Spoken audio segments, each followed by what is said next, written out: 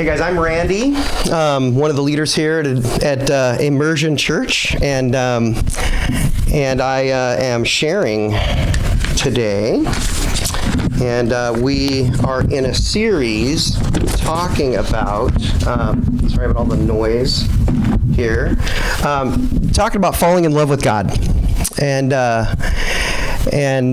really how to fall in love with God. We're supposed to love Him, right? We're supposed to love Him with all our hearts and our minds, but how does one fall in love? Yeah. Spend time together. Spend time together? Yeah, that's good. Yeah, it reminds me of this boy who took this girl out on a date and brought her home, had a great time, and they were kind of at the porch, and he was saying goodnight to her, and he's thinking, I had a really good time. I really like this girl, and I kind of sense she really likes me, and so he kind of leans in, and he puts his hand against the wall, and he gets a little closer to her and whispers in her ear, and he's like, how about sealing our first date with a first kiss? And she's like blushing and turning pink, and she's like, I'm not supposed to kiss on the first date. My parents I'd be in trouble, and I think might be watching. And he's like, come on, nobody's gonna see. Just a little kiss, and she's like, no, I don't think we're supposed. No, I don't want to. Not on the first date. And so he's like, you like me, don't you? And she's like, yes, I like you. And he's like, well, and back and forth they go for seems like forever, right? And then suddenly the light flicks on, the door opens, and there's her little sister standing there, in her pajamas, and her hair is all disheveled, and she's in her sleepy voice, and she basically says, Dad says go ahead and give him a kiss, or I can do it, or if need be, he'll come down and do it, but for crying out loud, please tell him to take his hand off the intercom button. So, yeah, like, love, right? How does one fall in love? We want to fall in love. We want to fall in love with God, and so we're talking about how to do that and how to obey that. I need the clicker, and it's right here. And so let's see if it works for me. There it is. Jesus said it's the most important thing, right? Matthew 22, on hearing that Jesus had been silenced by the Sadducees, the Pharisees got together, and one of them, an expert in the law, tested him with this question, Teacher, which is the greatest commandment in the law? And Jesus replied, love the Lord your God with all your heart and all of your soul and all of your mind. This is the first and greatest commandment. And the second is like it, love your neighbor as yourself. And then he says all the law and the prophets hang on these two commandments. And what he's saying there at the end is, if you loved God with all of your heart, and if you loved people, all the rules, all the laws, there's hundreds of rules and laws throughout the Old Testament, all of them would get done. Right? All of them would get done.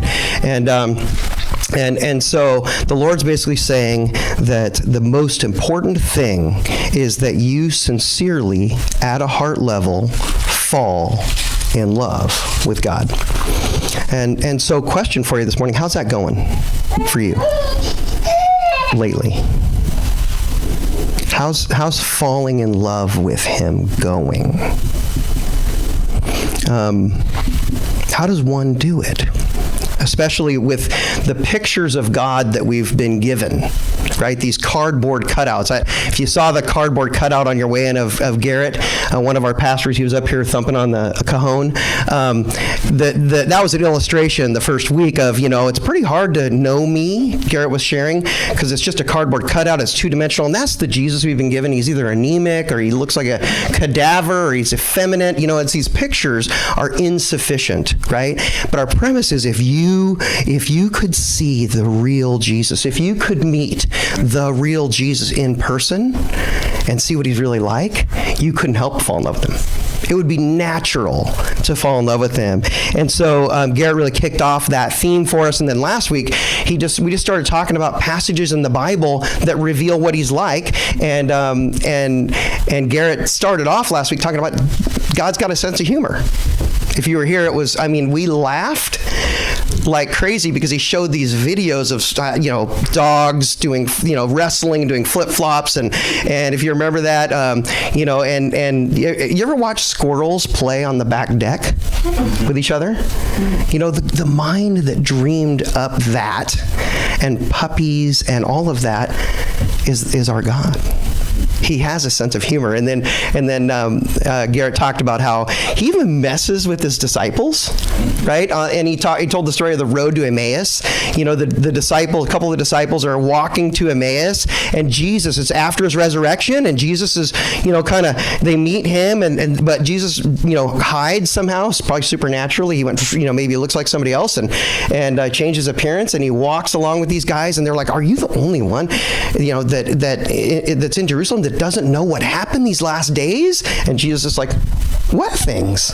He pretends that he doesn't know, and then they're like, talking to him all about it, and then they get sort of to the town, and then it says Jesus pretended he was going to go on, and they begged him to stay and have dinner. He has dinner, and then he breaks the bread, and which they had experienced him breaking the bread, and maybe at the feeding of the 5,000, maybe, who knows how many times, but when they saw that, they were like, this is Jesus, then poof, he's gone, and then they run back, it's just this cunning, this brilliance, this great sense of humor.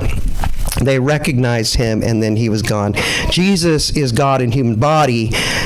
What is God really like? If you study what Jesus is really like, you get what God is really like. And so I want to tell you another story about Jesus, okay? So we can take another picture of what he's like this morning. And so I'd like you to close your eyes, because I kind of want to set the stage for you. So if you would just kind of go into your imaginations right now with me, and I'm just going to kind of set the scene. Here we go. Lying in her bed, another paying lover just exited. You could feel the darkness filling the room. You could feel the desperation, the voices. You are dirty. You're filthy. Used goods. And she knew it was true. I've chosen to sell out. I've given myself away again and again. I've been used and sometimes abused. The voices were back. No one would want you.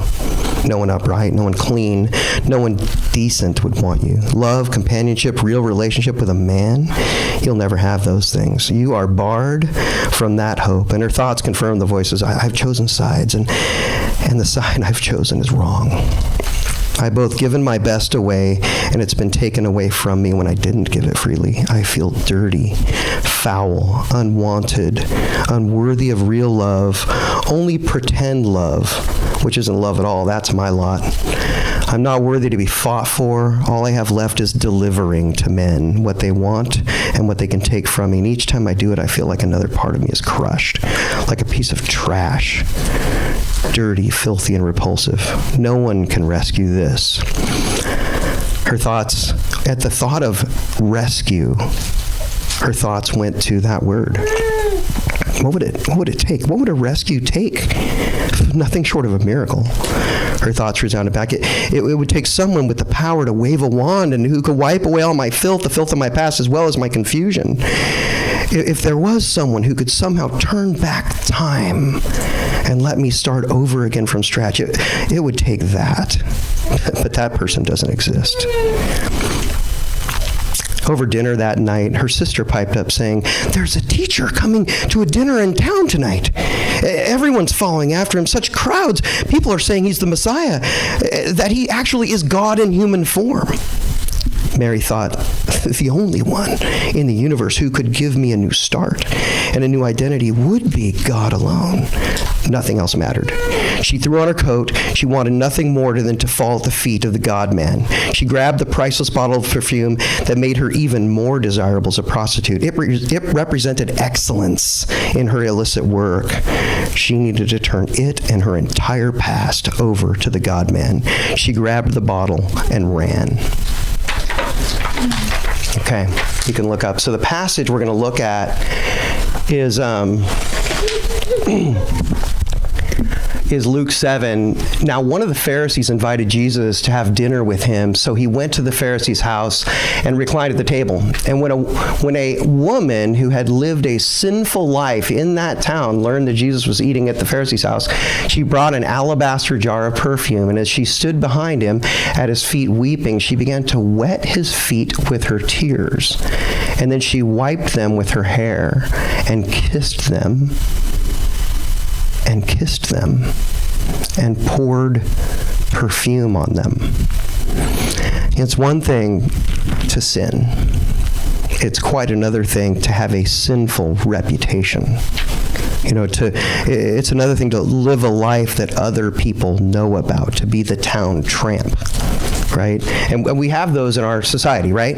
We kind of know who they are, but most families have a black sheep of some kind, right? And Mary was the black sheep of her family, very unlike her sister, misresponsible Martha, and she, like many young people, probably started out simply following her heart, into a relationship with a boy that turned sexual, and then it crashed. And then she tried it again and again, selling out everything for the hope of love. And then, like so many, the voices come, telling her that no upstanding man would want her now, that she was dirty, and so she leaned into it. If she couldn't find love, maybe she could make a few denarii, selling the one thing that would give her a glimmer of attention, her body, until she heard about Jesus.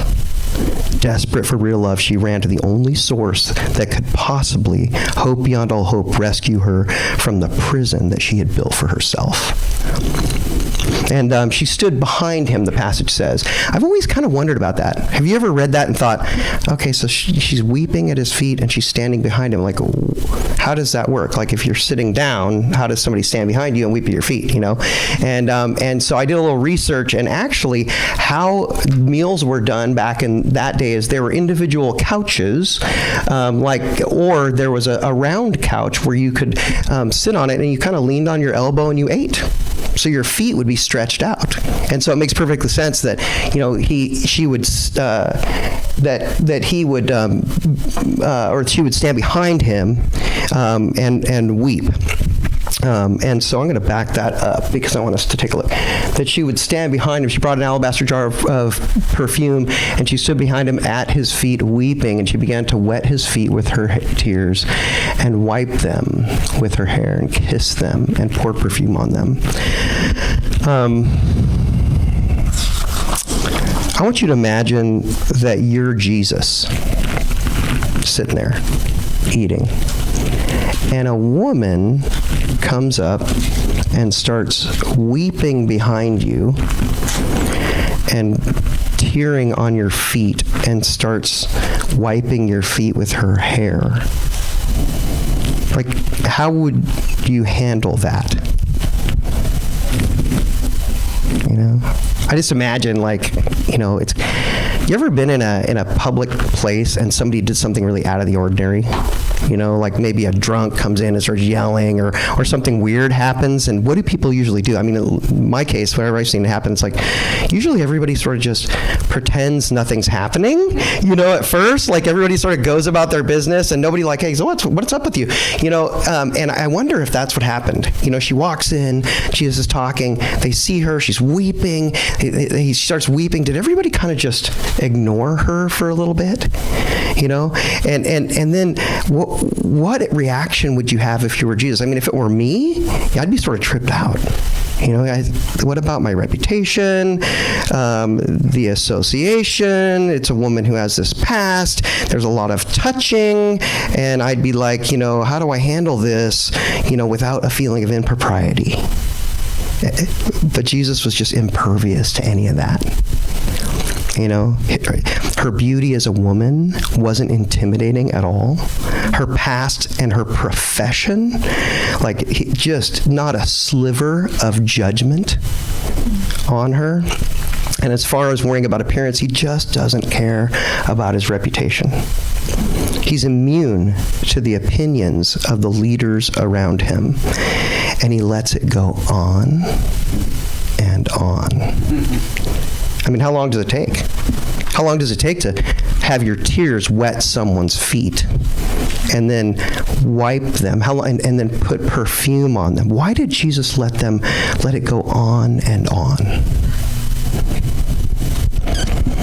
Because he knows she's getting free. There's something about the presence of Jesus, being in his presence, years and years of self-abuse, abuse from others are getting healed. He knows that when someone brings their whole heart, notice, she doesn't care about anybody's opinion. When it comes to Jesus, like, she's willing to go into where the religious leaders who've condemned her, she doesn't care. And she's emoting. She's pouring out emotion in front of them. I don't like to cry in front of people. How about you? I don't like to I even hesitate to raise my hands in church because I'm worried what people are going to think. You know? And she's let go of all of that. That's all just gone. None of that matters at all. She's bringing her absolute whole heart without fear of anyone's opinion to him. And when somebody does that, a transformation takes place. Beast becomes a prince again. Snow White awakens from her death sleep. If you've read any of the Chronicles of Narnia series, Eustace is this boy who's just a mean little kid. And in Narnia, he begins to his looks, his body actually begins to transform into his heart, and he grows dragon skin, and he's walking around this little dragon, and he starts to feel ashamed and realize how ugly it is, and so he tries to tear it off himself, and he can't tear it off. He tries, and it's bleeding, and he's trying to tear the skin off, and he can't get it off until Aslan, God comes, Jesus comes, and he says, "Do you want me to remove it?" And Eustace says, "Will it hurt much?" And Aslan says, "Yes, it will. Yes, it will." And he says, "Okay." And so he says, and then Eustace basically says, "And the claw went deeper than I imagined it would, and it tore through my soul." And it ripped off, and then Aslan ripped off this dragon skin, and then what was left was a boy again with a pure and new heart. When we come to him like that wholeheartedly, we are transformed. Okay? And when she's pouring out the perfume, that represents her addiction. Do you understand that? Her perfume is very expensive. It was a status symbol for a prostitute to have very expensive perfume. It makes her extra desirable, and she's pouring out the Bible says it's a year's wages. Like, it's a high-end thing. She's pouring it on his feet. That's her pouring out her addiction. That's the alcoholic pouring out his booze. That's the porn addict burning his stash. Okay, that's the person selling all of his possessions, giving wholehearted abandon. And that's what impressed Jesus. That's what impresses Jesus. Right? Wholeheartedness. So this Monday morning, I asked the Lord, I'm like, what? So I'm up Sunday to share about you and what you're like. What do you want me to talk about? And I'm just going to read to you what he said. He said, "Randy, I love with my whole heart. I don't hold back. I don't hold back my committing to see if the love will be returned. I don't hedge my love bets. I love with all of my heart, and all of me. And then he reminded me of a gal that I'd met, the conversation like 20 years ago. Her name's Eveline. About 20 years ago, we were in a small group setting and in a home, and I don't remember the details of it, but I remember what she said like it was yesterday. Like, you know how one of those things, lightning bolts, something happens and a lightning bolt hits, you'll never forget what was said. We were talking about friendship, and she said, I don't do friendship on a whim.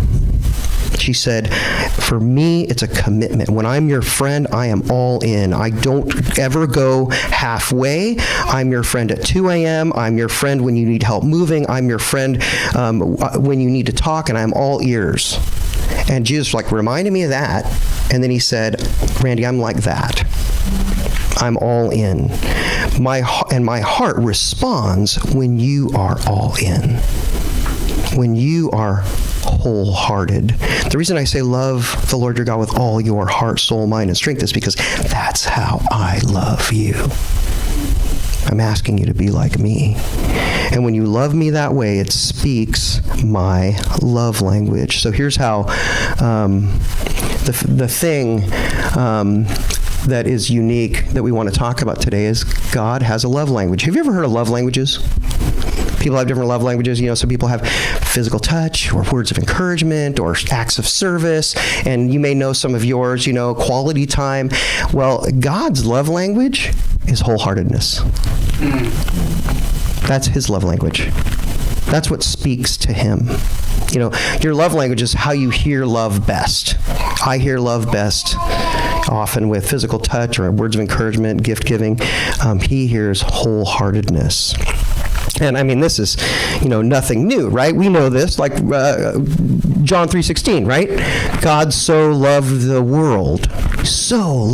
world, he gave his only son, right? The true measure of what you love is what you will sacrifice, right? And, you know, Jesus didn't die for an idea. He died for a person. And that person is you. To lose you was too great a pain for God to bear. So he took it upon himself to rescue you. Wholehearted love. Okay? And Paul understood this. Listen to Paul in Romans 8. I'm convinced that neither death nor life, neither angels nor demons, nor the present nor the future, nor any powers, neither height nor depth nor anything else in all creation will be able to separate us from the love of God that is in Christ Jesus our Lord. Did he leave anything out? He's a pretty good list. Nothing will be able to separate you. And then there's so many other passages. I just want to hit this one. Familiar passage. You know, this is where the rich guy, this young rich man comes to Jesus. He says, what must I do to have eternal life? Right? And what does Jesus tell him? You remember? No, before that. Yes, but before that. What does he tell him? He says, love the Lord your God. He says, obey the commands. He's like, what commands? And he's like, do not steal, do not murder. You know, and the guy's like, well, I've done that all my life. And then Jesus says, look at this. He looked at him and what? Loved him. One thing you lack. He said, go sell everything you have, give it to the poor, and you'll have treasure in heaven, and then come follow me. Why did Jesus ask him to do that?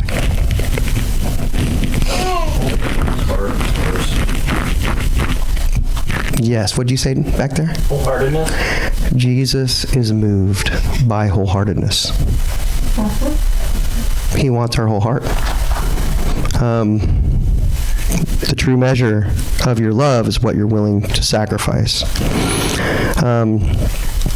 So here's a kind of key thing. Jesus loved wholeheartedly, and he is moved by love that is wholehearted. Let's keep looking at the story with the gal. So when the Pharisee who had invited Jesus saw this, he said to himself, if this man were a prophet, he would know who's touching him and what kind of woman she is, that she is a sinner. And Jesus answered him, Simon, I've got something to tell you. Watch this, you guys. I love this. Tell me, teacher, he said. 2 men owed money to a certain moneylender. One owed him 500 denarii, about $120,000. 500 denarii. in their time, okay? The other 50, about $300 in our time, okay? Neither of them had the money to pay him back, so he canceled the debts of both. Now, which of them will love him more? Simon replied, I suppose the one who had a bigger debt canceled. You have judged correctly, Jesus said. Then he turned to the woman and said to Simon, do you see this woman? I came into your house. You did not give me any water for my feet, but she has wet my feet with her tears and wiped them with her hair. You did not give me a kiss. And it was customary at the time, where in the Middle East, and they still do it. It's like this, this side by, just that's how you greet people in the Middle East still. You did not give me a kiss. But this woman, from the time I entered, has not stopped kissing my feet. You did not put oil on my head, but she has poured perfume on my feet. Therefore, I tell you, her many sins have been forgiven, for she loved much. But he who has been forgiven little loves little. Then Jesus said to her, your sins are forgiven. The other guests began to say among themselves, who is this who even forgives sins? But Jesus said to the woman, your faith has saved you. Go in peace. See, Jesus knows that much of her shame rests at the feet of the religious leaders, like this one who has condemned her in his heart. And Jesus just fiercely goes after him. I love that. Jesus essentially humiliates the judgmental guy who looks down on the prostitute and demonstrates to him that he's the one who's really operating from a deficit when it comes to loving God. Right? Not her. And in so, he honors her above the religious leader for all to see and hear. Jesus is brilliant. And we can see that he is moved by our wholeheartedness. So I would never forget this concept.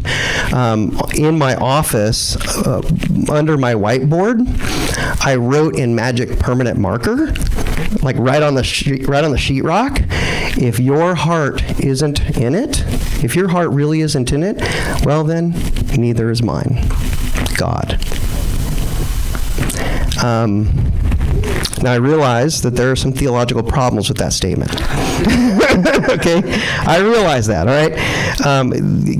God's love isn't dependent on our love. Okay? But there is something in this. There's something in here. God is moved by our wholeheartedness, and there is an exchange of currency that takes place, and the currency is love.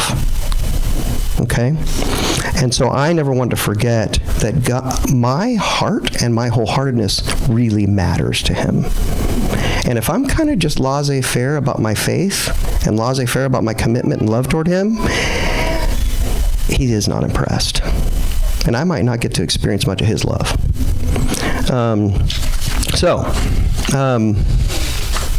And Mary gets set free.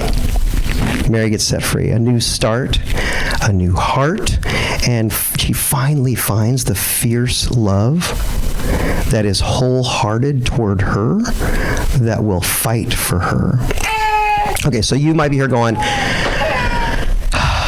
okay, I want to have wholehearted love for Jesus. How do I have that? How do I get that? And, he's doing his job. We want him to make noise. He's amening back there. How do I love him wholeheartedly? And I just want to suggest to you how. You wash his feet with your tears. You dry them with your hair, and you kiss them. How do I do that, Randy? I guess you have to abandon people's opinion. I guess you've got to abandon any other source of life that you go to. You got to pour out your perfume. The places that you turn to get life on your terms. And I guess you've got to want him so much that even his feet are precious. enough to kiss. I'm a germaphobe. Okay? That's a stretch. But I got to get my heart there. And then she was weeping, so brokenness might be important. Maybe a conviction that I have tried everything and nothing has worked except you. So we're going to spend the next about 7 or 8 minutes just between you and the Lord, okay? And I've got this prayer, and it kind of just walks through, and I invite you into this prayer. You've got journals here. These journals, again, are for you if you'd like them. Take it, put your name in it, bring it back when you come, keep it with you. But here's the prayer, and this is, it's not some magical prayer. It's just one that reflects what I just said. Jesus, you are amazing. You are worthy of all of me. I'm done holding back. I'm done with my other sources. List them for him. What's your list? I renounce them now. I turn all of my heart back to you. I renounce my worry about how I'm perceived. My saving face no more. You are my source now. Your feet are precious. I break my heart now. All other things I've tried haven't worked. I'm betting everything on you. Therefore, I give you permission to do whatever it takes to cause me to fall completely in love with you. Whatever it takes, God. Okay? So I'm just going to give you some time here, and then we'll come up and close.